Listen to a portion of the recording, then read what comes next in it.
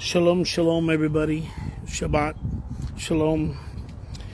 Bringing you a word today from the book of Matthew. If we go to book of Matthew, chapter 13, we'll be talking about the seeds of the kingdom. And Yeshua speaking to the people, these parables.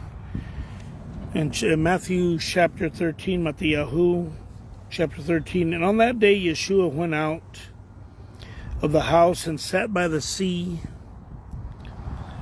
and a large crowd were gathered together with him, so that he went into the boats and he sat down, and all the crowd stood on the beach. And he spoke to them much, saying in parables, saying, See, the sower went out to sow, and he sowed, and some fell by the wayside. As you can see here, was like a road here, the wayside. Some seed fell by the wayside, and the birds came and devoured them. Others fell by the rocks. Other seeds fell by the rocks, places where they did not have much soil, and immediately sprang up. And because they had no depth in soil. And then in verse 6 says, But when the sun came, it was up, they were scorched, and because they had no root, they withered. Verse 7, and others fell within thorns and thistles. Others fell in the thorns and thistles, and they choked them. And the others, and in verse 8, and the others fell on good soil. As we can see here,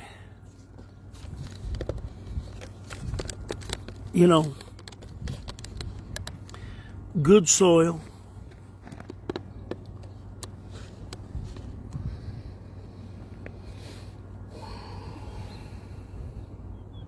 They fell on good soil, yielding a crop, some of 360 and 30. He who has an ear, let him hear. And the taught ones came to him and said, Why do you speak to him in parables? So let's get back here to the story as we are talking here. He illustrated a seed being planted or being cast. As we are the seeds in the kingdom, each and every one of us is a seed. And it depends, the soil in which we fall on is going to depend on how we do in life, or how things are going to be going on in your life. And we see here that there was 4 different scenarios in this story, in this parable: the wayside, rocky ground, and also we see the weeds and fell in an area with weeds, and another one fell on good soil. So they wanted to know really what it meant, what the story meant, because they many times people do not understand. They hear, but they don't pertain, or they don't keep the word. Others see, but they can't see. They're blind, their hearts, their belief, or they're unable to see and to keep the word that has come to them, and they're not able to prosper. It says here in verse 11, And he answered and said to them, Because it has been given to you to know the secrets of the reigns of the heavens, but to them it has not been given. For whosoever possesses, to him more shall be given, and he shall have overflowing. But whosoever does not possess, even that which he possesses, shall be taken away from him. Because of this I speak to them in parables, because in seeing they do not see, and hearing they do not hear, nor do they understand. There will be people that cannot see, there will be people that cannot hear, and there will be people that cannot understand the word. Even though you share the word with them, there will be people that are unable to keep the word or hear the word. So we're seeing here that even those that have, it shall be taken from them, because they are not able to keep.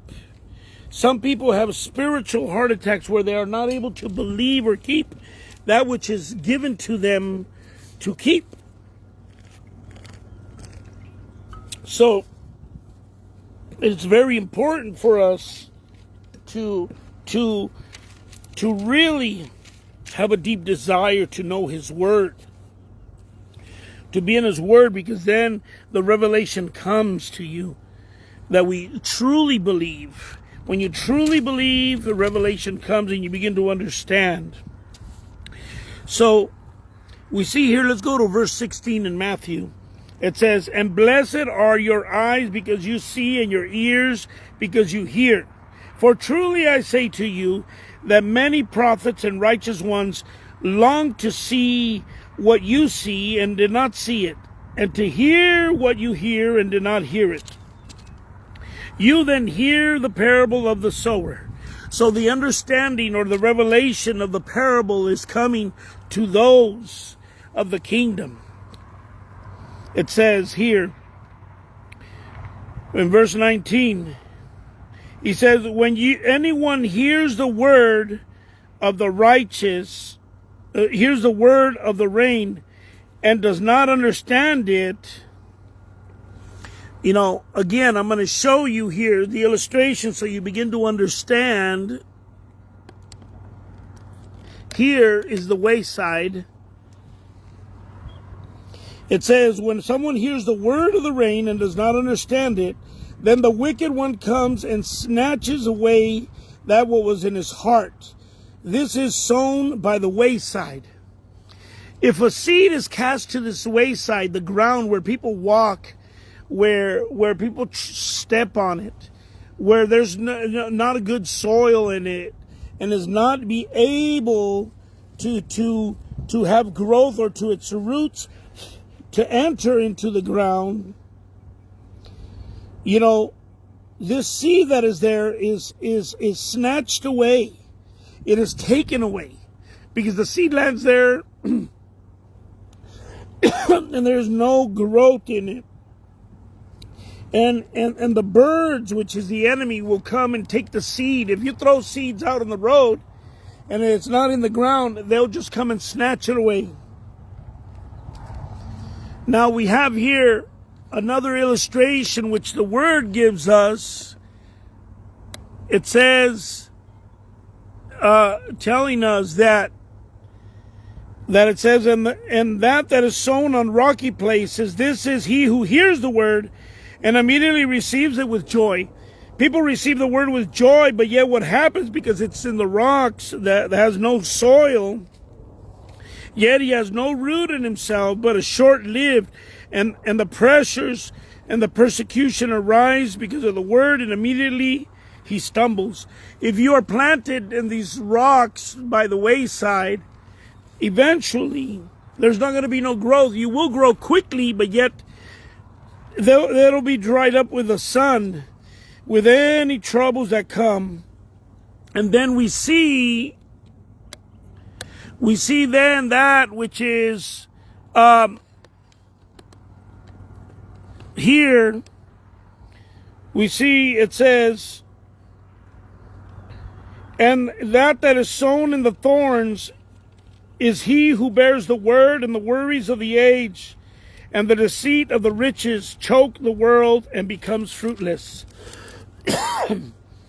When you're in the kingdom and you live, or you're around in life where you're concerned of material things constantly, about the riches of the world, and wanting to have everything, and yet not worrying about the things of the kingdom, the seed is going to be choked.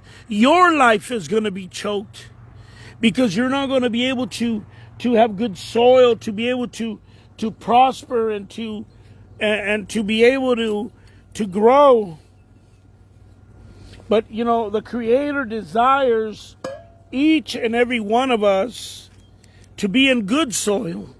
So now the Word talks to us about that which is in good soil. We'll see the last verse here, verse 23. It says, And that sown of good soil is he who hears the word and understands it, who indeed bears fruit and yields some of the 100-fold, some 60, and some 30.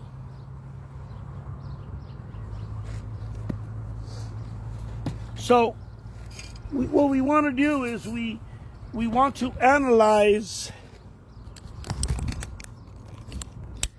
We want to analyze this word.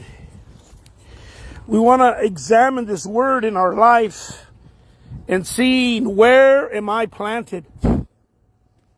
Where am I living?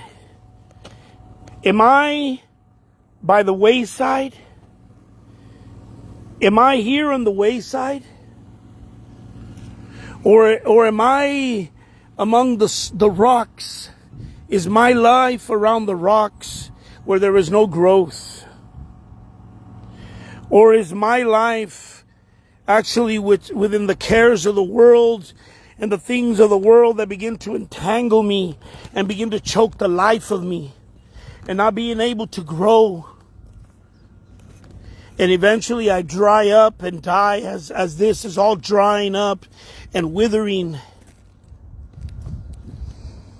Or am I planting my seed, or is my seed being planted in good soil, good ground, which then will bring greenery and life into me, which I would then begin to prosper and be rich in the kingdom? Are we going to live in a life that is short-lived?